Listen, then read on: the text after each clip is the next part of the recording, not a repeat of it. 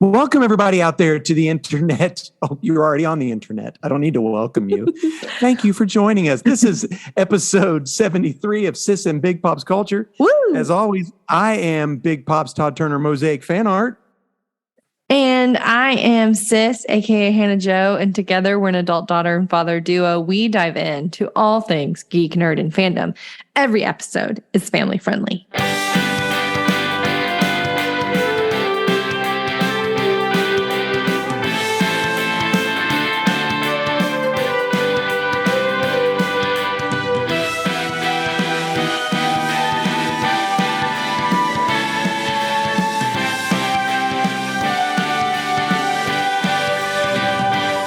That's right, folks. You can have your family and be friendly. Mm-hmm. Both at the same time. We had some minor technical difficulties getting this podcast underway today. We are live and in color. That's right. So and if you are listening to this, earballs. Yes, or your eyeballs. So those of you listening to it on the podcast, we do record this live on Facebook, and you're more than welcome to join in. Anyway, Hannah, tell everybody what we do here. Well, we are going to start with some nerd news. We're going to chitter chat about what we've been watching. We're going to review Pops' pull list, as well as talk about a Nightwing comic and one of my favorite movies from childhood, Barbie, Princess and the Pauper. All right. That's a lot. Yeah. So first off, yes, is nerd news. Bom, bom, bom. Yeah, it's more wah-wah than anything else. I'm going to try to do mostly comic book related nerd news because there's so much nerd news out there. I feel like we get bogged down on nerd news that I really don't care about. So well, can I tell you some nerd news about the writer's strike and the writers and actors strike before we get started? Well, sure, go ahead. With your comic book news. So A24, the studio that made Everything Everywhere All at Once. Yes. They are allowed to begin production again. They have agreed to the terms of the Writers and Actors Guild. And so A24 is, from what I know, one of the only few places that are allowed to continue with work. Okay. I also saw, so Kevin Smith is filming. So he must have done something too then. Well, The Chosen is filming too. The Chosen got permission as well from the Actors and the Writers Guild to continue. All right. So a couple of these people still are. The big ones haven't. No, and I saw where one of them said we're Disney, actually saving money. The strike is saving them so much money. Well, we'll see what happens when there's so much that has been frozen or have been pushed back. They're not thinking that Stranger Things is going to even be started as to start filming until 2027. So here, what happens when people don't go to see movies or see new shows? What do? They watch old stuff. Which is still streaming. Well, I don't know, man. We'll see. We'll see what happens. You think people are going to stop watching old shows? No, but we've been just watching DVDs. Oh, well. We've been watching a lot of DVDs recently. I guess there's not really a show that I'm interested in except for, I guess there are a couple, but we can talk about that later. So yeah, but I thought that was interesting that Handmaid's Tale has been frozen. Euphoria has been frozen. Stranger Things have been frozen. All are kind of like big name brand, like big shows for a bunch of different streaming platforms. So interesting. I don't watch any of those. But I watched Stranger Things. The rest of them are. I watched the first two and that's it. Yeah. Oh, well. Well, season 3 was better the second time around. I just watched the first episode. That was as far as I got. It was better the second time around. Lots of horror movies coming out. Oh, yeah? Like what? Just a lot of them. I'm not a horror movie girly. My husband is a horror movie guy-y. Because if I'm a girly, I don't know, a horror movie person, he loves them. He loves the spook. To him, I think he just likes guessing what's going to happen next. I did see where Five Nights at Freddy's is 3 hours long. I wrote longer that than down. Oppenheimer. 3 hours long. Here's what it's not going to be: Willy's Wonderland. No, I bet you Josh Hutcherson actually speaks. He's Isn't that who's in it? He's the star. No, it's one of the Sprouse It boys. is. No. It's one of the Sprouse dude twins. from.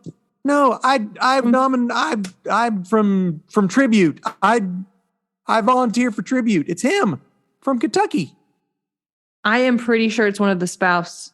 I totally disagree. Google it up. Girl, You're right, and I'm wrong. I apologize. I apologize. He brings his daughter to work. He brings his daughter. I Here's the thing. I pulled up the trailer because Trevin was like Five Nights at Freddy's, and I'm like, oh, I used to watch Markiplier play Five Nights at Freddy's on YouTube. Like, I love That's hilarious. Five Nights at. I've watched him play all of them. I'm a fan of Five Nights at Freddy's.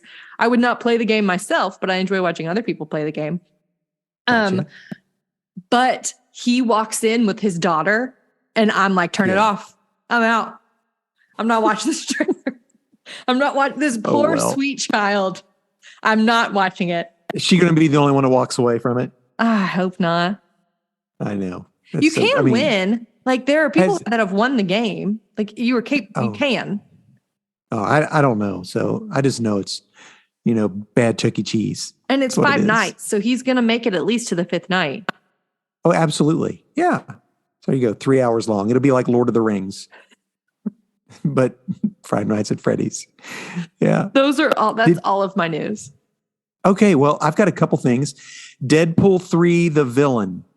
Okay. What is it? Cassandra Nova. Do you have any idea who that is? No. Are you ready for this? This is a deep dive into some of the most bizarre X-Men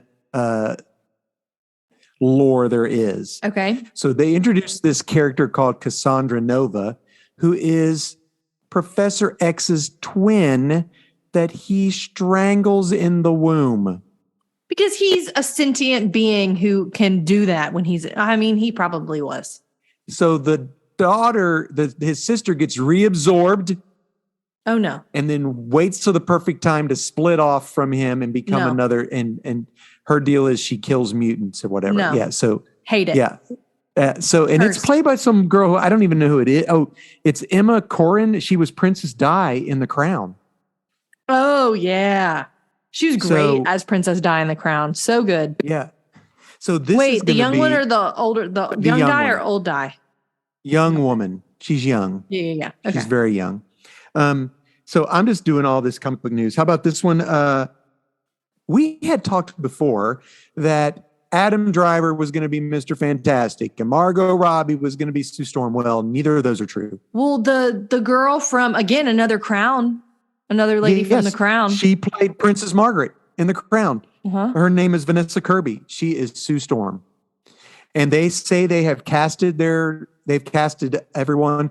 They've casted a Latino either as Galactus or as Ben Grimm. We don't know yet. I'm sick. I'm down for either. Or as Silver Surfer.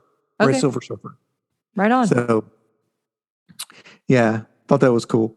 Do you remember us talking about the Magic the Gathering card that was the One Ring card? Yes. Post Malone?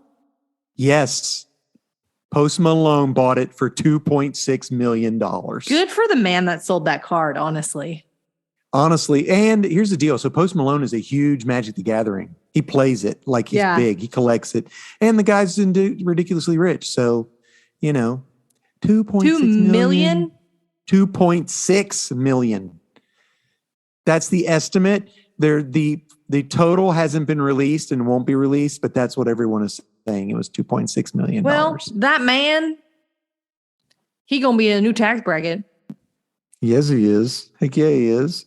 I thought that was crazy. That's wild. Unrelatable. I would have loved to have bought some of them cards. I've seen some of them. They're really cool. Yeah. They're really cool. Fun. I would love to get them. Yeah. Now I can afford to buy packs though. Trevin sent me a video this morning and it was, what if Owen Wilson was Gandalf? Somebody sent me he sent Matthew McConaughey. McConaughey. He sent it to me too. So funny. Yeah, it was funny. I giggled about it. Yeah. Lin-Manuel Miranda is developing a new musical adaptation of a classic movie, Okay. which I love, called The Warriors. Warriors, come out and play. Yay! Have you ever watched the movie The Warriors? No. It's awesome. It's about a gang in New York, and someone is trying, can you dig it? Is trying to unite all the gangs, and also all these different gangs meet up, and someone assassinates this guy, and they frame the Warriors. Mm-mm. So the Warriors now have to make it back to their turf, and they have to go through all these different gang turfs to get there. And each gang is an interesting name. They all have like one's like all baseball, and one's all, I just can't go into it on this family thing. And there's like a DJ on the radio who's given like code out about how they have to, everybody, let's beat up the Warriors, basically. Let's kill all the Warriors. They want to, but then it's found out that they were framed. Someone else tried to do it. Who framed, yo?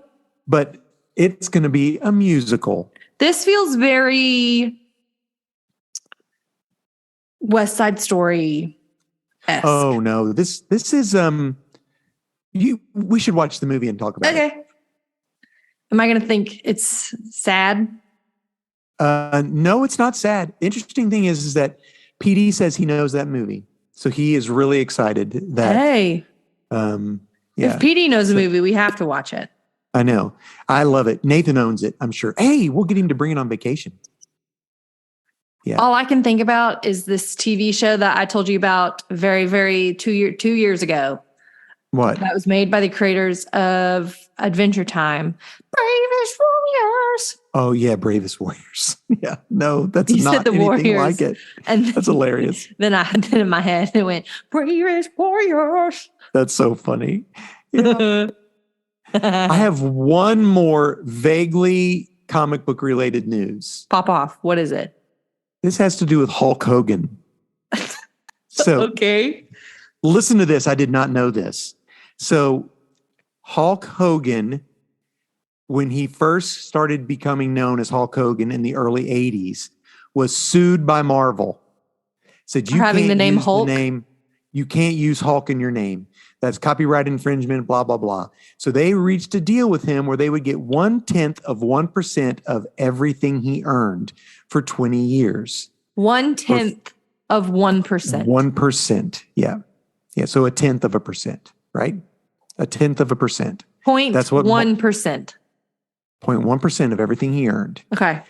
So that lasted for 20 years. So that's then moved forward to 2005. Hulk Hogan is now, the WWE is really booming. It's crazy. And They're popping. No, yeah. They're popping off. And his agreement with Marvel is up. So Marvel says, you can't use your name. And you told me I could if I did this, and I completed my end of the deal. That's not my fault. But that contract's up. So now the contract's up. You have to renegotiate. So they wanted 30% of all of his total earnings. That's what they took him to court for. 30% of everything. Movies, that equaled $35 million. That's not cool. Like Disney and Marvel aren't making enough money. No. This was 2005. Okay. Disney wasn't involved. No. And at that point, Marvel had done some really bad stuff, and they at one point were in bankruptcy. But anyway, so what happens is I was ready to be feisty pants. I know. Well, what happens is Vince McMahon, the owner of WWE, countersues Marvel because they're saying he can't use any old footage of Hulk Hogan at all. Mm-mm. And WWE won for the amount of $35 million. Good for them. So here's what Marvel said. I'll tell you what, let's make a deal. Why don't we allow you to buy Hulk Hogan's name for $35 million? And Hulk Hogan said, no, Don't worry about that because it's in my contract that says at the end of this 20 years, they have to offer me my name for fair market value, which was $750,000. So Hulk Hogan paid them $750,000, got all the rights to his name back, and they still had to pay $35 million. $35 million. He won. I was like, what? So that just came out on a podcast just recently. And I thought, that is crazy. So yeah. Way to go, Hulk Hogan. He wrestled him to the mat. I can't handle stuff like stuff like that makes me feisty pants. I know. I get feisty pants about it. Like they don't have enough. Who even thought fine? The Incredible Hulk with Hulk Hogan? Nobody. Thought that. I've never in my life thought that. And Hulk was a word before hulking, Hulk Hogan. I'm sorry, you did not create a term. I know. So I think if he had come out in like green, all dressed in green, and ripped his paint, he did rip his shirt off. But he's the only WWE person that has ripped their shirt off. I know. I'm just saying. Ooh, he did win. Good. So that was. I'm glad because if he had lost, I would have been angry. I didn't have any other news worth talking about. Okay, cool. Really? Yeah. Right on.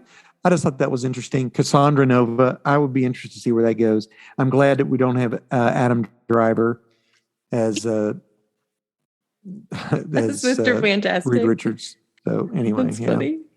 What are you watching, Dad? So I have binged the last episode of Star Trek. I've watched it 5 times. Is that the No Worries musical episode? It wasn't No Worries. What do you mean No Worries? The video that you sent. Did you watch it? Yeah, I watched it. I'm sorry. I appear to be singing. Yes. And I love that it started with Spock and everyone is like, do you need Med Bay? Yeah, and they're like, yes. It was so good. Okay, here's a request. Can I watch that this next week? Absolutely. That would be fun to do. Maybe on a rainy morning or something. It is so good. And there's one song where Spock sings called The X, and he drops an octave. He goes low? Like an octave. Mm. Yes, it was so cool. I'm like, whoa, it's like resonance or whatever. So the thing is that they're in this musical, they find a subspace rift and they're trying to send communications through it because it allows them to speed up communications, but they can't get anything to go through.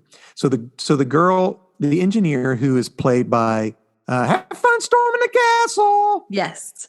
She says, well, have you thought about a song? Because harmonics travel different. Yeah. So Uhura picks a song you're never going to guess. Never going to give you up. You may have sang this as a solo in the musical when you were... Anything Goes? Yes, it was Anything Goes. They said Anything Goes. Oh, yes. What an iconic song. She goes, let's see how they feel about the American Songbook. Dun, dun, dun, dun, dun, dun, dun, dun, dun, dun. Yes, that's what Anything Goes. And then what happens is it goes back at them and they get put into a musical reality. That's hysterical. So the interesting thing about a musical reality is, and this is what the security chief finds, he goes, this is a major security risk. And they're like, because people are just going to sing whatever they're thinking or feeling at all points in time. Exactly.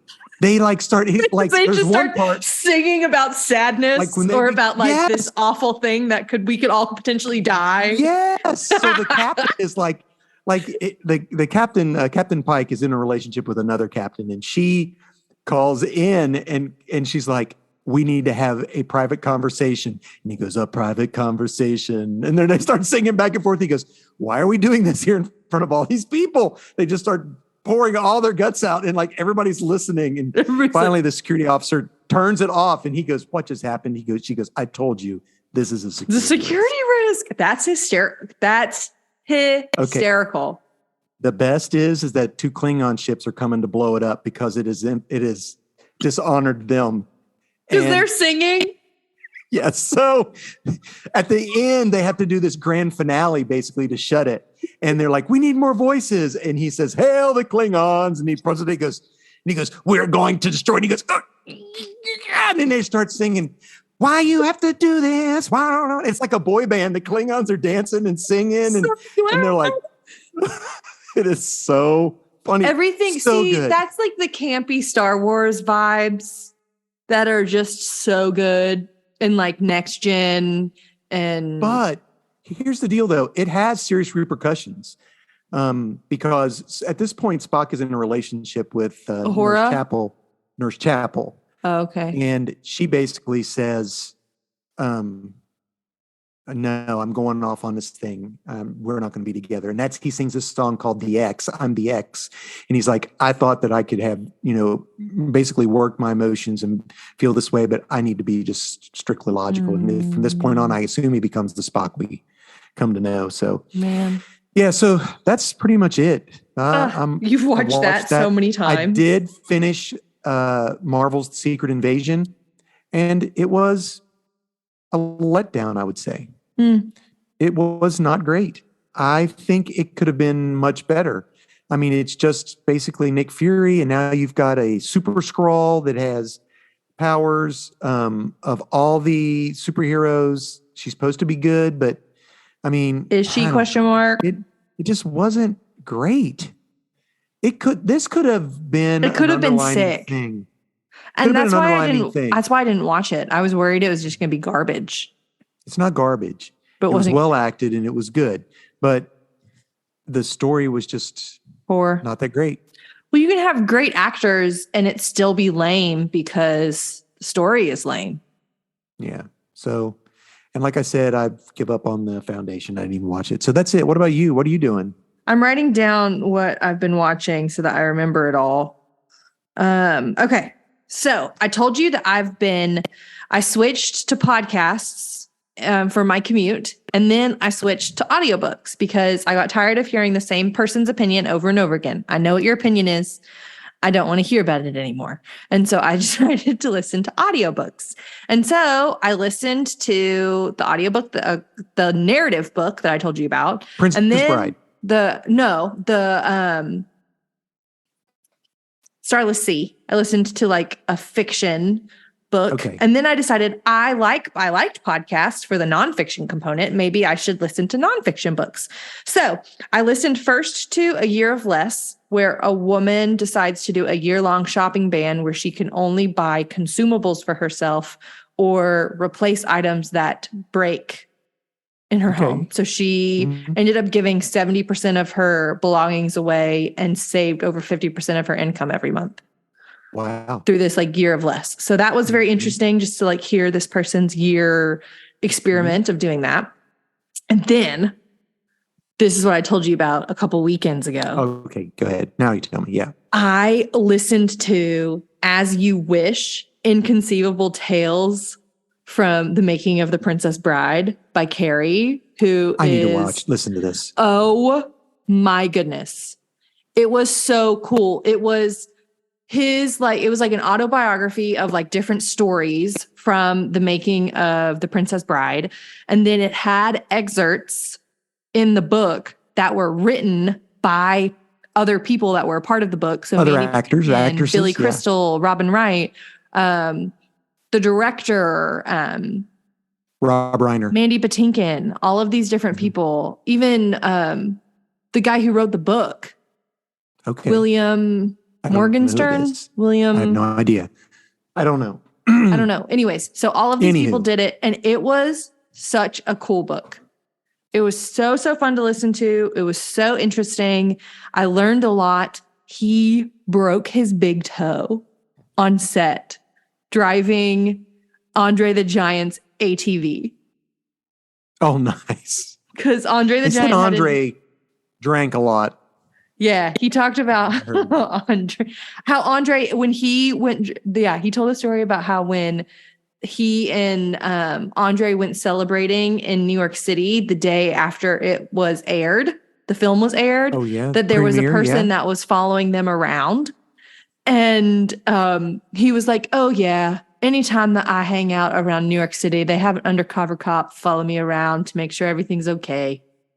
Because one time I Really? accidentally fell down on top of somebody. I fell on top of somebody. Fell on top of Hilarious. somebody. And they had to That's call great. the police because he would have smushed him. No kidding. Because That he's is crazy. so tall. And so Oh, every my place they gosh. went to, they would buy an undercover cop a drink and say, "Thank you, sir." And this undercover cop would just follow him around. Wow. Can I you can't wait. I'm imagine going to that listen to being it. your job? So, where did you listen to this on? Yeah, so I downloaded it on Libby.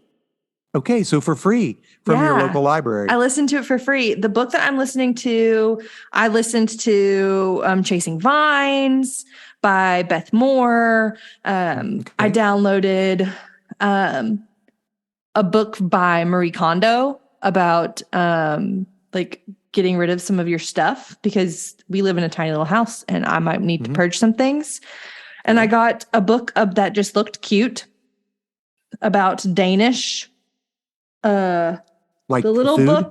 book of Hygge, mainly just because I want to know how you say that word. Is it Danish about secrets to eating? happy living. Oh, I thought it had to do with food. I love cheese Danishes. So They're delicious. I've been listening to books. I also, Nice. it is August, so school going back month.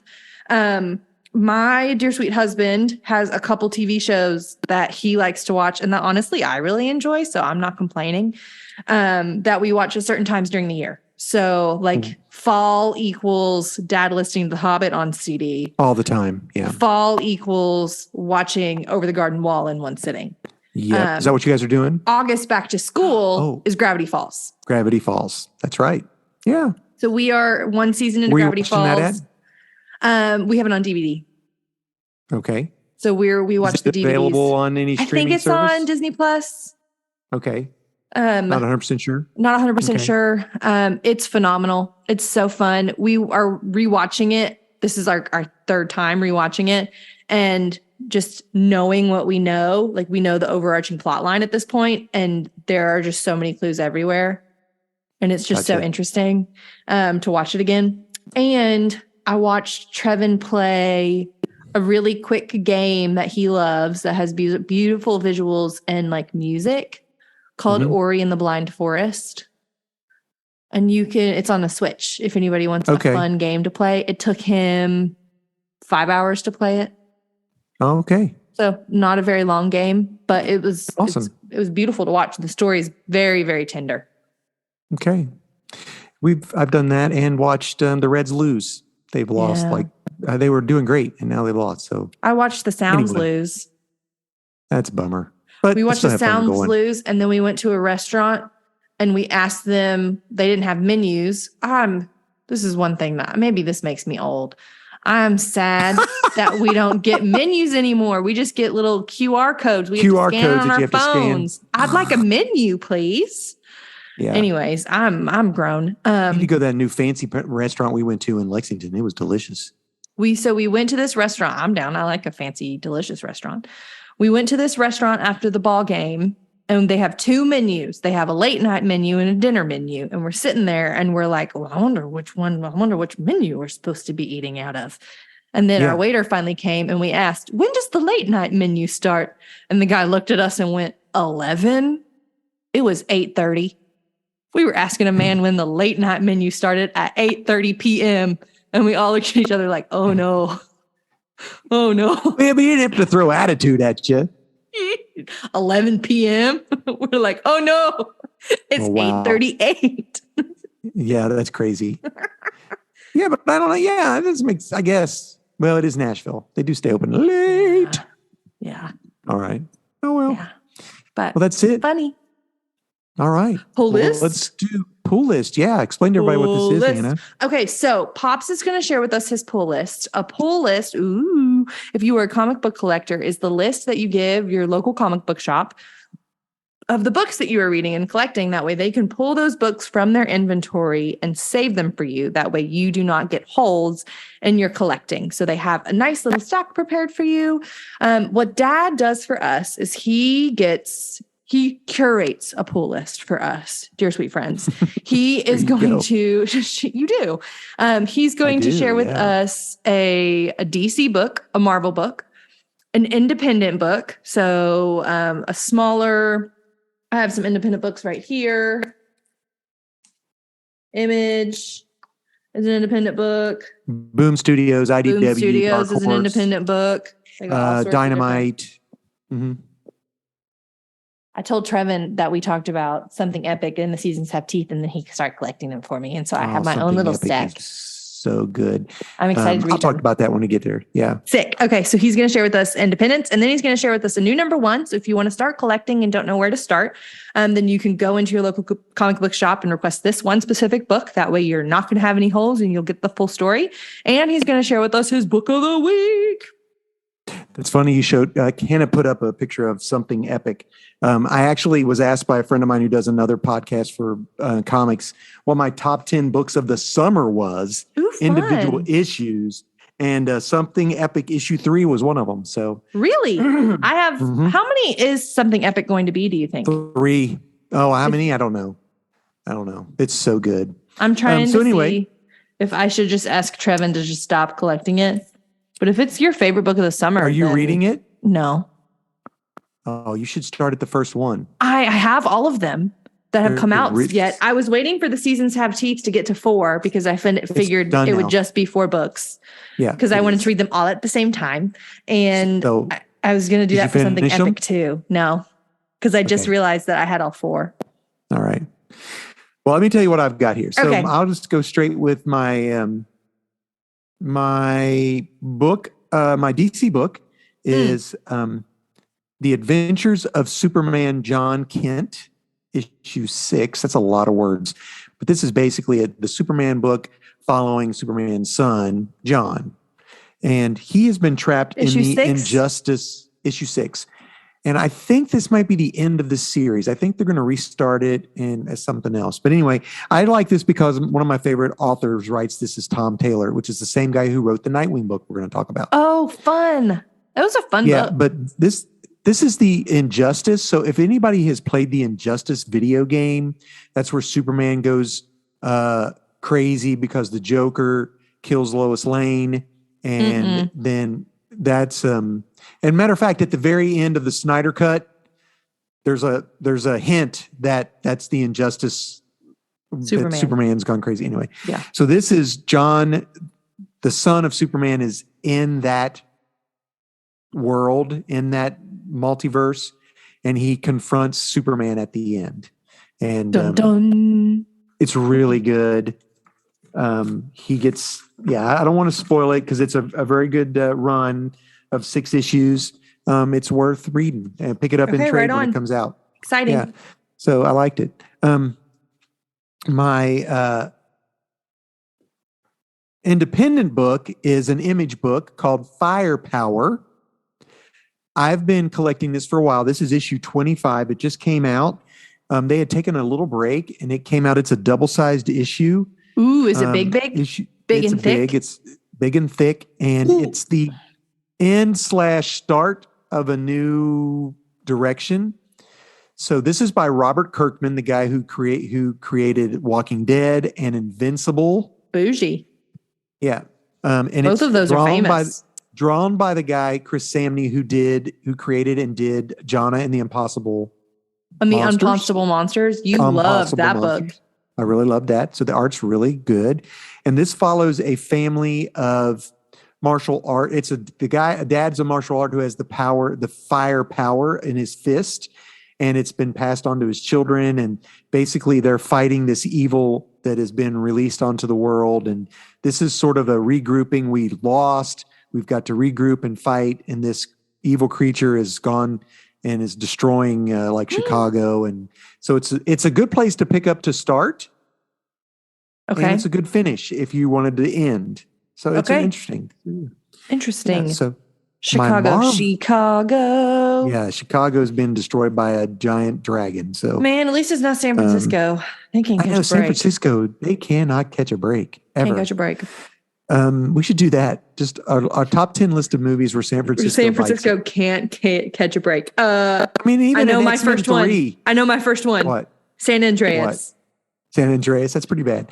I always like the core because it always that part in the core when the sun beats through and melts the Golden Gate Bridge. Godzilla. Every Godzilla movie. Every Godzilla movie. Every like Star Trek movie. Yeah. Oh, yeah, Star Trek. Yeah. Anyway, stop. We got to start doing this. Our top 10 San Francisco bites it. San Francisco just bites it. Okay. Man, they do. They do. So this is issue 6 of Doctor Strange. Okay. So they're getting ready to do something pretty interesting in Marvel. It's going to be this new series called Gods, where they're like all of the like celestial beings. Something's going to happen. It's so going to be a big Zeus, deal. Hades. Not necessarily Zeus. We're talking like Eternity, Ego, the living planet. Okay. Yeah. Like, okay. I'm with you now. Like Lord's Chaos or whatever. So it's Mephisto. Lord's Chaos. There's chaos and there's anyway. So this has like overtones, like it might have something to do with that. Okay, cool. So what happens is this whole entire story is Doctor Strange living a life of like 5,000 years. That would be awful. He's been recruited by the 3 magical beings, magical gods, I guess, to fight a war for them. No. And he's like, I'm a doctor. I don't fight a war. But by the end of the 5,000 or however many years he's done this, and he never ages. By the end, he's become a war general, and they're finally reaching a truce because the people that he's battling are scared to death of Doctor Strange. So the issue is that they're like, they've reached a truce. And he's like, no, I can defeat them. They're about ready to fall. And he goes, no, we've reached a truce. This is going to be over.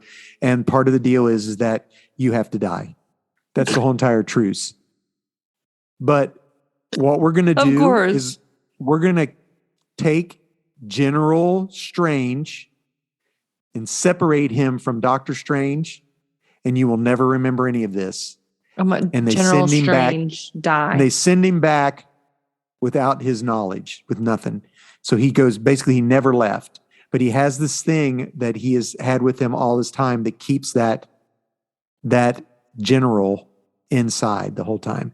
So I have a feeling General Strange going to pop out at an inopportune moment.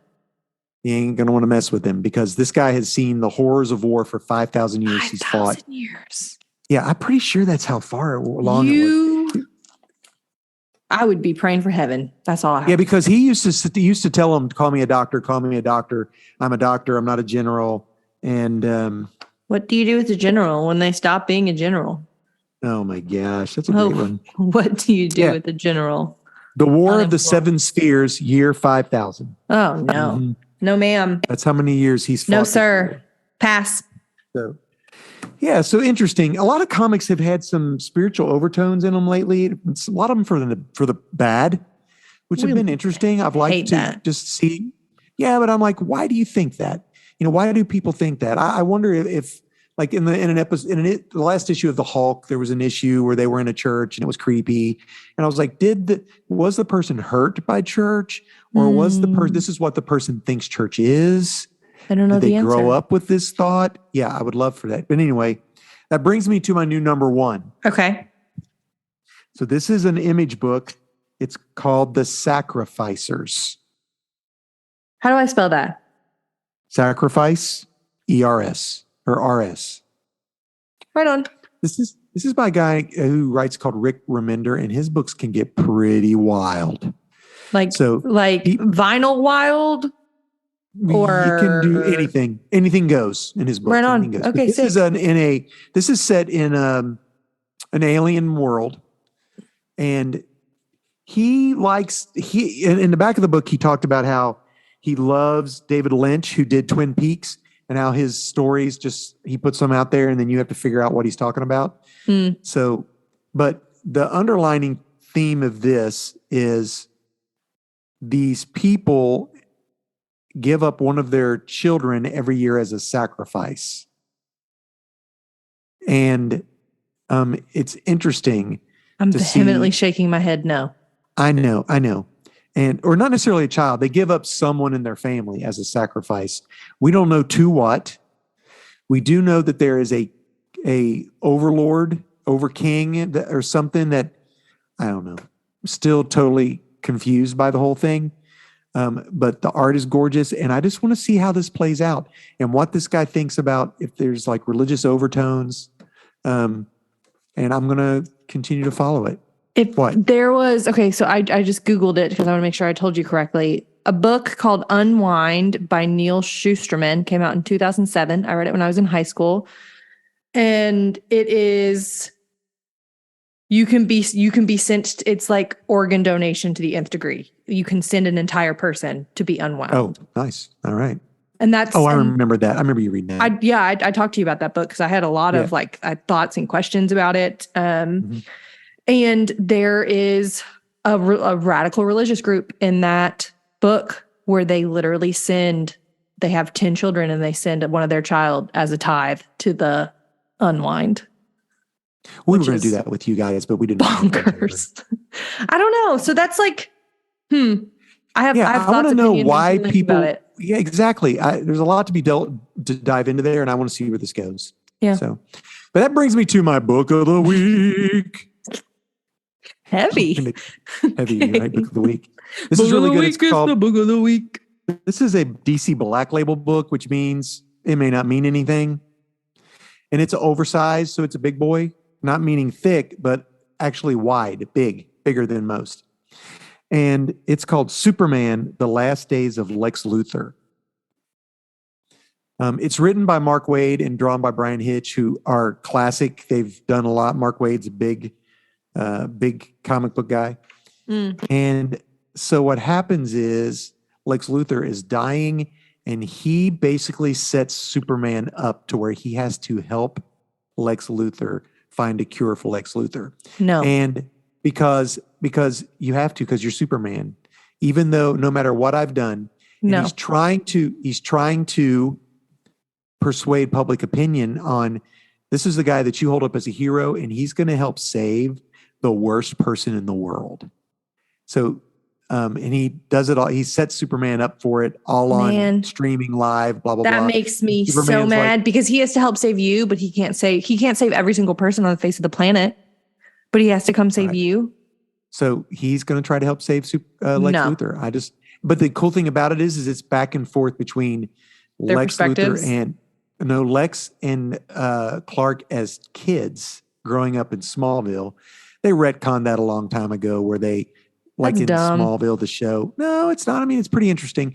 It's pretty cool. The, the Lex Luthor, Clark Kent dynamics in high school versus what's going on now. So does he not know that Superman is Clark Kent? No. No. They grew up together. Unlike Jimmy Kimmel in the Batman that video. Do you remember that? Yes. That's hilarious. Silly Willy. Man, that's silly. You grew up with something you think, okay. You think that a person that I grew up with is a superhero and I become their arch nemesis and they take their glasses off, that I'm not going to know who they are? If Gabe comes up to me and is like, I am a superhero and you are a supervillain, takes glasses off. Oh no, who are you? Way to go, you're not Gabe. my friend. Shout out because you're a villain. No, I was the villain in this one. Oh, you're the villain. Oh, you're the villain. I'm not making She's a villainess. I'm not making Gabe a supervillain. He gets to be Gabe a superhero. Is the hero. But you know what I mean? Right. Because they take the glasses off and they're like, Clark Kent? Who are you? Superman. I know. Clark Kent. I'm just saying that's silly, his Willie. Secret identity. So Clark Kent is his secret identity. We had a conversation about that. I know. But anyway, that's it. There we go. Interesting. Okay. So let's do the comic book real quick. Okay. I liked it, Dad. Huh? We talked about this book when it was coming out, didn't we? Yeah, I loved it. So Hannah and I read I think it's called Leap into the Light. I'll look it is up. a trade of Nightwing. Oh gosh. Nightwing leaping into the light. You were right. Leaping into the Light. It's written by Tom Taylor, and Tom Taylor took over the book at around issue 80 or 70 something. I don't know exactly what. Before that, which is interesting because he alludes to this in the comic, which I'm sure Hannah didn't get. Before that, Dick Grayson was shot in the head and he forgot who he was. He became Rick Grayson, a cab driver. Silly. It was dumb. But they allude to that because some boys get ready to harm a dog. And he says, don't do that because they may forget who they are and start driving a cab. He says that in the book, which is fun. So this is like the first 6 or 7 issues of Nightwing by Tom Taylor, and it is amazing. The art is beautiful. The colors are beautiful. The colorway, his sticks are so his cool. Batons or clubs or whatever. Yeah. Hannah, explain what's the story. So Nightwing is not in Gotham. He's in Bloodhaven. Bloodhaven. That's the town that Nightwing is in. Which is a generic city. Correct. With generic kingpin. Whose name Bad is... guy. I can't. I'm like, Kingpin? Oh, no, wrong. Wrong, but it is Kingpin. Yeah, it is, but it's not. It's Kingpin.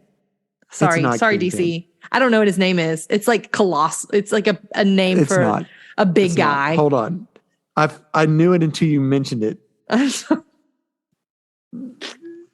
It felt very Kingpin. I can't remember. Yeah. I can't believe I can't remember his flipping name. Oh, well, anyway. I'm sorry. It's okay. Blockbuster? Blockbuster. Gosh, how could I forget Blockbuster? Yes. It's so lame. It's not lame. Okay. Anyway. Yeah. He's like he's Kingpin, right? He's Kingpin. Right. But he's not heavy like Kingpin. He's big. Anyway, go ahead and tell the story. So he's got long hair. He's got long flowing white hair. Blockbuster does. Not Nightwing. Blockbuster does. Nightwing is a child. He's the protector of Bloodhaven. He's the protector of Bloodhaven. He is a child of Bruce Wayne, an adopted child of Bruce Wayne. He's Robin-esque, if you will. He is Robin, the original the OG Robin. But he's not the right now Robin, because right now Robin comes and helps him with the youths. Actually, no. That's not the right now Robin that comes and helps him with the youths. That's the previous Robin than the right now Robin. Well, Tim Drake comes and help him, who I think is my favorite Robin. Damian Wayne is the current Robin. I know there are a lot of Robins. Well, so he and then Barbara Gordon is his friend, Oracle. Babs. Yes. They're in love. Batgirl. She's the original Batgirl. They're in love. Love Hannah. Anyway, that's something that I tell Trevin if I think two characters are cute or flirting with each other. I go, hey, Trevin. And he goes, guess what? And he's like, what, Hannah? I'm like, they're in love. Yeah. Like, but they are. Babs and Nightwing are in love. You should read the next set of books. Anyway. Are they not in love? Oh, 100%. Okay, good. I wanted them to be in love. They were so cutie patootie together. I know. Okay, so he gets a lot of money from Alfred. He inherits money from Alfred. Billions of dollars. Billions of dollars. Not millions, billions. He inherits billions of dollars from Alfred. And it's like, what am I going to do with this money? And in the meantime, we got a villain stealing people's hearts. We got Heartless stealing people's heart. We got Kingpin Light up in here trying to take over the city. Kingpin Light. We got a new mayor who's his half sister? Question mark. 100%. That came out of nowhere. Absolutely did. Who is good? Question mark or bad? Question mark. We don't know. Not in this one. We don't. Yeah. And he at the very end just like introduces himself and is like, being like, I'm the new Bruce Wayne. I'm going to start this organization for like orphaned children because I was not an orphan punk like Bruce Wayne. No, He's not. He's cute. No. He's sweeter. The Alfred Pennyworth Foundation. Yeah. They're like, we're going to start with home. We're going to start by building shelter. We're going to start by building homes for them. And they're like, why is that? Why not other programs? No. And he's like, because it's getting cold out. Yeah, because it's getting cold out. We need places to stay. They need a place to stay. Like, yeah. So this was one of my favorite panels. What? Oh, when they're all going up in Babs. Yeah. Hannah is showing a picture of all of him. In all of his different uniforms. And Alfred holding his little. Yeah, the cape up, climbing up the side of a building like in the 1960s, 70s Batman and Robin, where they climb up the side of the wall. And he adopts a dog and names her Haley. Haley, who then becomes known as, to everyone else, calls her Bitewing. Yeah, Bitewing. But he's like, no, her name is Haley. Yeah, I really loved when he breaks into the house and then they take his mask off and they can't hear from him anymore. Yeah. And then he's like, oh, you're going to need to put that back on. Just give me just a second. Will you put that back on my face? And they put it back on his face. And he's like, you all don't need to come rescue me. I'm okay. You can send back the rescue party. And then they call everyone and then is coming. It's like 8 people that are and Batman is one of them. Starfire is one of them. Yes. The Flash, everybody's headed to save him. Everyone's like, we're going to get him. And they're like, you better give me that back or there's going to be an awful lot of people here. That was really funny. So did you notice in one of the panels that Barbara is wearing a T-shirt, which is the meme of Batman smacking Robin across the face? No. That's hysterical. When was that? It was in there. Close towards the end when she's with him wearing a T-shirt with Tim Drake. It might have been the one where they rescue him after he's been fallen. So that's one of this artist does, put some really cool T-shirts on them throughout this run that he does. This I found the panel where they're talking about it. So he says, I need my mask. And then his half-sister says, I think your secret identity might be blown by now. It's not that, he says. I have to stop something. Yes. Oracle, Nightwing, are you okay? I'm okay. Call off whatever rescue is about to take place. They attacked you. They defended themselves from a masked man who broke into their home. And there's oh yeah, I can see that. Sure, when you put it that way. Yes. Barbara Gordon is amazing in this, by the way. She's fire in this, man. Yeah, they try to arrest him for something. Yeah. And she's and they're like, we're both lawyers. Yeah. Drama. Yeah. So this really sets up the next couple story arcs in Nightwing, which have been fantastic. And I just wanted you to read it because I think people would love it. The art is gorgeous. It was really fun. I was ready to not enjoy it. Really? Because, Batman comics can lean, at least the newer ones, can lean more on the darker side and be pretty heavy. This was it was very sweet. There was a period of time where he was trying to decide what to do with his money. And then he went to all of these different people that he loves. And he went and he talked to Superman and he talked to Batman and he talked to specialists and he talked to all of these different people about trying to figure out. Do you like how Superman said, I'm going to go away for a while and I really need you to be there for my son? He said that to him. Where's he going? He went to a place called War World. And then we actually talked about the comic book where Nightwing and John Kent were together for 2 episodes. It was a crossover. We talked about that on the podcast a long time ago. So, yeah. Yeah, I might have to go away for a while. A lot will fall to my son, John. It would mean a lot if you could give him some guidance and some friendship. Of course, if you think I can help. Yeah. Very sweet. So Nightwing is this book has been one of my favorite books for a long time. It's so clever. It's beautifully drawn. It's beautifully colored. There was the scene where his half-sister's mother was telling a story about her past and Nightwing's past, Dick's past. Mm-hmm. And the color changed. Yeah, it was different. It went to old school style, comic book panel. Yeah. Is what the color feel felt like, which was very interesting and really cool. I love the weird little random little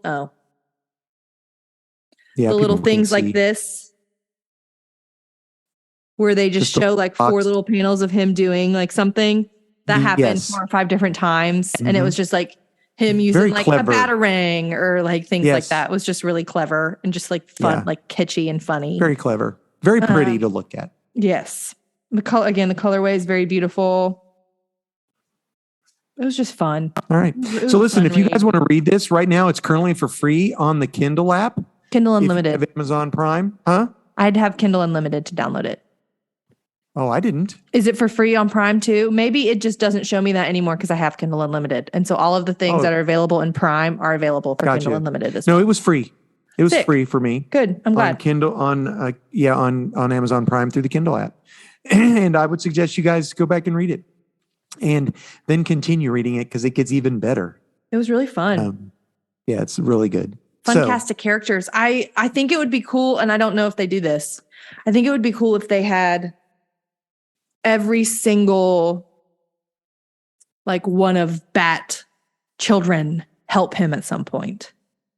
Do they do what did that? you think about the family text thread? That was hysterical.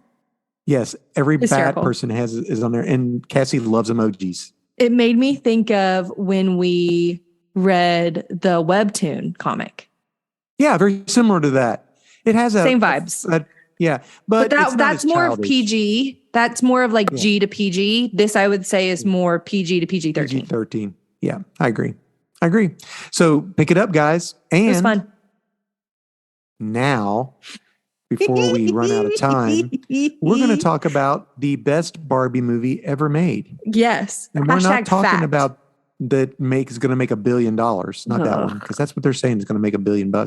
We're talking about Barbie, the Princess and the Pauper. Excuse you, which came Barbie out- as the Princess and the Pauper. Oh, it's called As the Princess and the Pauper? Well, yeah, because Barbie is both the princess and the pauper in the movie. I got you. Well, yeah, I guess. Well, not. She I is. guess so. Okay, whatever. She just has brown hair. This movie came out in 2004. So it's almost 20 years old, Hannah. Can you believe it? That's crazy. Yes, I actually can believe that. I found it for free on YouTube. The quality wasn't the best, but it was for free. Hannah actually I has the have the DVD. DVD. It's one of my So- 17 DVDs. Barbie, This Barbie is- the Princess and the Pauper. This is an animated, it's like digital animation, you would say? It's straight to computer- DVD Barbie, early 2000s Barbie movie. So they had musical. Barbie Fairytopia, Barbie Mariposa, Barbie Rapunzel, Barbie the Island Princess, Barbie the 12 Dancing Princesses, Barbie Swan Lake. This is 75% on Rotten Tomatoes. It was good. 7 out of 10 on IMDb. So. What'd you think of it? I want to know what you thought. Okay, so watching this now, first of all, Martin Short as the voice of the bad guy completely Took me out. He goes like way out. I mean, he really does it up. It was funny. So this is the Princess and the Pauper story, Yeah, it's a retelling of the Princess and the Pauper, but Mark Twain's Barbie. story, right, where they switch places. mhm. So the animation is not good. I mean, But it's 20 years ago and they just started doing, and Digital I watched animation. it grainy on YouTube. Yeah. So, it's not very bad if you own it or download it. okay, good. But I tell you what struck me the most of this was, who am I? Yeah. This is who I am. This is who I want to be. This is what I feel I am, and you're not allowing me to be that. Yeah. So that goes with like Barbie wants to marry, the princess wants to marry her. Now that's creepy in and of Annalise. itself. So there's Okay, Annalise and there's Erica. Annalise is the princess, and the other one, what's her name? Erica is an indentured servant at Madame Carp's. Yeah, what Dress the Emporium. heck is that? She's a slave, basically. I was like, what? If I want to have my breakfast hot, Madame Carp will make me pay. And I have to fetch the eggs. And it's a musical. And it's a I know musical. all of the songs. So the whole thing about You gotta move. about them not being able to do what they want to do and be who they want to be. Yeah. And so at the end of the movie, when it has a good happy ending, I was impressed that Erica chose not to. I thought, oh, she's going to immediately marry this guy. She's like, she was like, this is my dream my entire life has been to go sing. Has to I'm going to be- go see if I to can go do it. sing. I'm going to go do it. And it then she was comes back marry a and sings. king or go be a singer. Girly Pop was She like, chose- I've always wanted to be a singer. We're going to see how that goes. And that's what she did. And I was like, well, that's good. Mhm. Guess what? She comes back and marries him at the Well, end. I But mean, anyway, If Mhm. you love him and he's a king, even the king wasn't himself. no. Was Yeah, pretending to be someone else as well. to get to know And someone's true nature. And the cat is wanting to be a dog. Yeah. Meow, meow. Whatever the heck his name was. What was his name? Wolfie. Wolfie. Wolfie Yeah, and Wolfie. Seraphina. Seraphina. And then there's that mean looking poodle dog. Yeah, poodle dog. I don't know his name, but he's got a gold tooth. Yeah. Midas. They called him Midas because he has a gold tooth. Yeah, gold tooth. Okay. Yeah. So Yeah. it is, yeah. I So think this a lot movie, of songs that were really good. yes. Yes. Man, the song caddish that dog, the the thing, doggish yes, cat. the thing that the thing that had to be mentioned was the cat's meow song that Erica sings when she's in the castle to her cat Wolfie, because he's pretending like he's going to be a regular cat when he's a doggish cat. And that's like what his character is like. And she sings a song to him about how him being just the way he is exactly all she needs him to be. And this, when you bought this DVD for me when I was a child, the DVD came with a DVD and it came with a CD of all of the songs from the musical. And Cat's Meow was on the summer CD one year from That's Barbie as a hilarious. Princess. I remember that. Yes. I loved that song. Yes. Yeah. That's funny.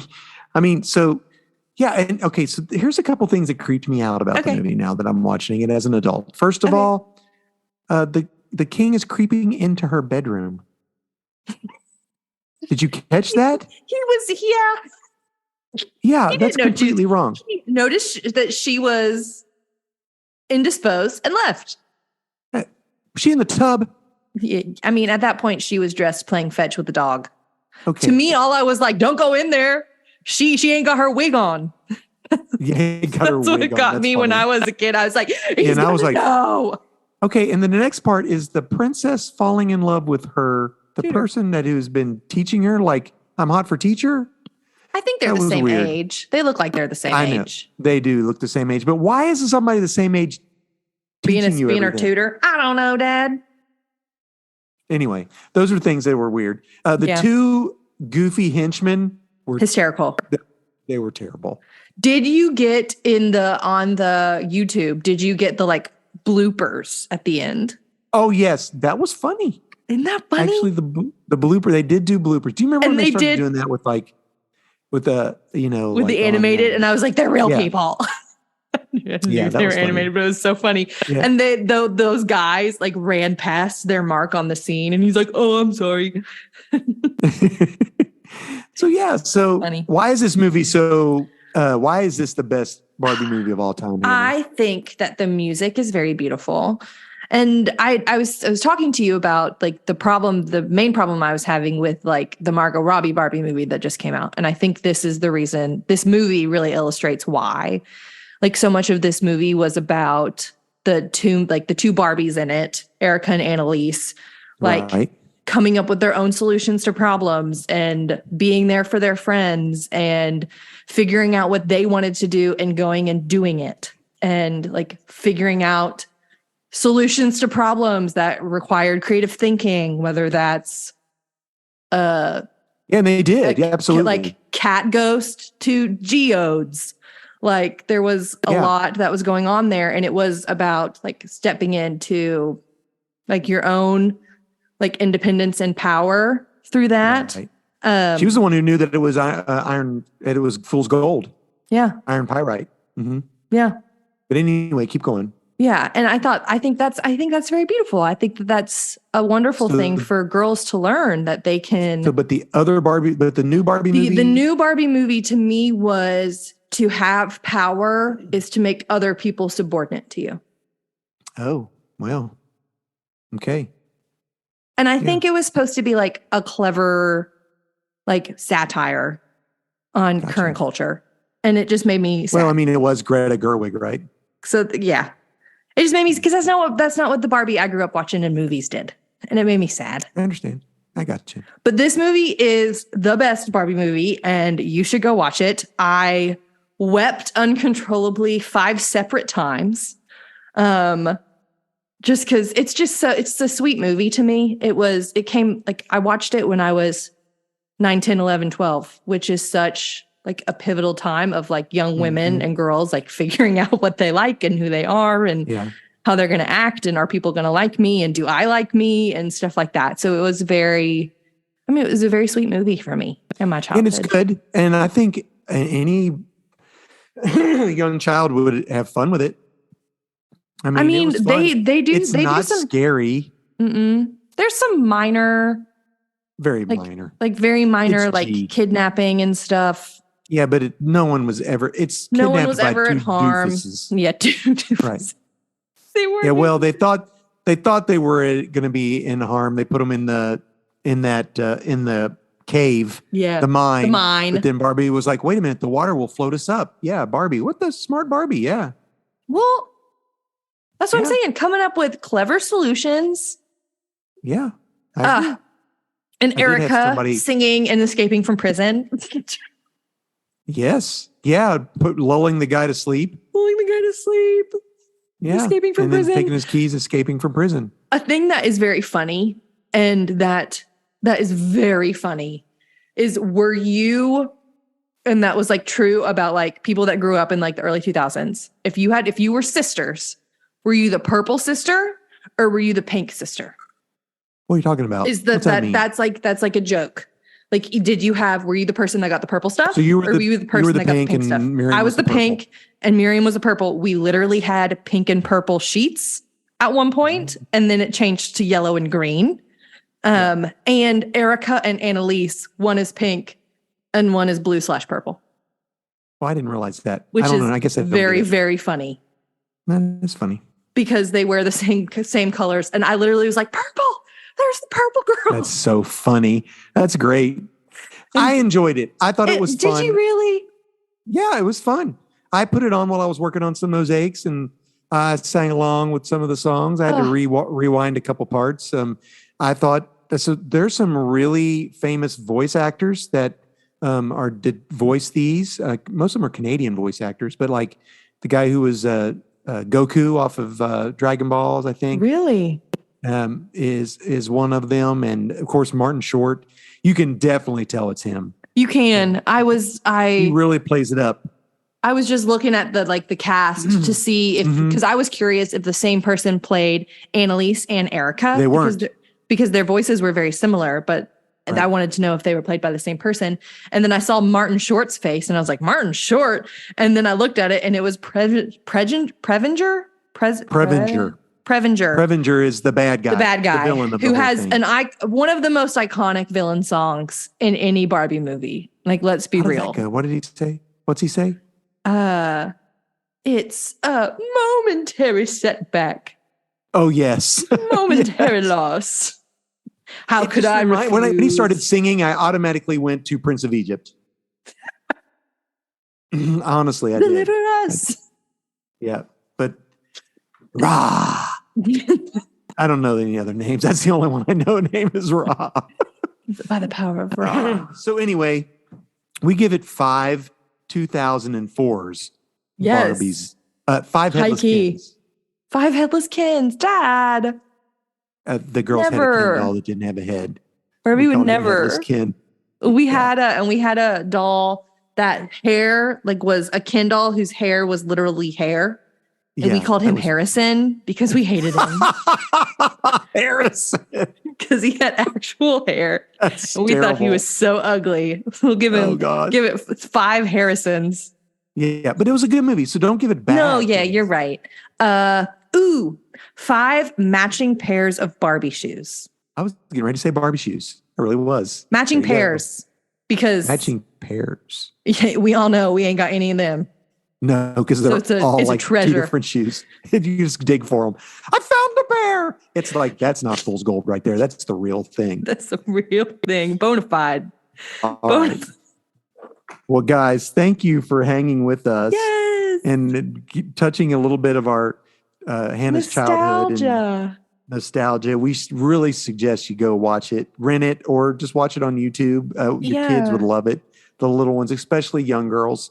I'm sorry. I know that may sound sexist, but it's true. No, it's not. It was very, I think mom would say this for sure. She loved that I loved this movie. And she loved that I specifically loved the cat dog song. Like we've had conversations about that in my adulthood, that this was a very beautiful story for me specifically to like all of the things that you said, to like learn who I was and what I wanted to be and what I wanted to do. And sweet, tender. There you go. You could have that same reaction with your child in 20 years. And then in 20 years, you watch it and cry. There you go. Or not. Hannah. I'm a person that cries. Yes. Okay, friends. Thanks for hanging with us. We're so thankful for you, for hanging in our little corner of the interwebs. Hey, what was I? Oh, end reel. Hey, our music is made by, sorry, I like went blank. I was like, what are we by talking Brockwell Nason, about? who just had new photos taken. Who had new photos taken. They're fire. You should follow him at Brockwell Nason Music on Instagram. He performs often in the Nashville area. We are going to be going to one in September. It's going to be a blast. So hang out on his Instagram page and figure out when he's performing and go catch a show. My dear sweet little brother created the art for us. He made it in Microsoft Paint. He is a legend, an icon, and stellar. Thanks for doing that for us, bud. Dad maintains our YouTube and I'm a couple episodes behind. Web page, and I manage editing and uploading the podcast. Yeah. Yay. We're so glad you guys could join us in our little end corner of the interwebs. Mm-hmm. Until next time, we will catch you on the flippity flop. Bye, friends. Bye, guys.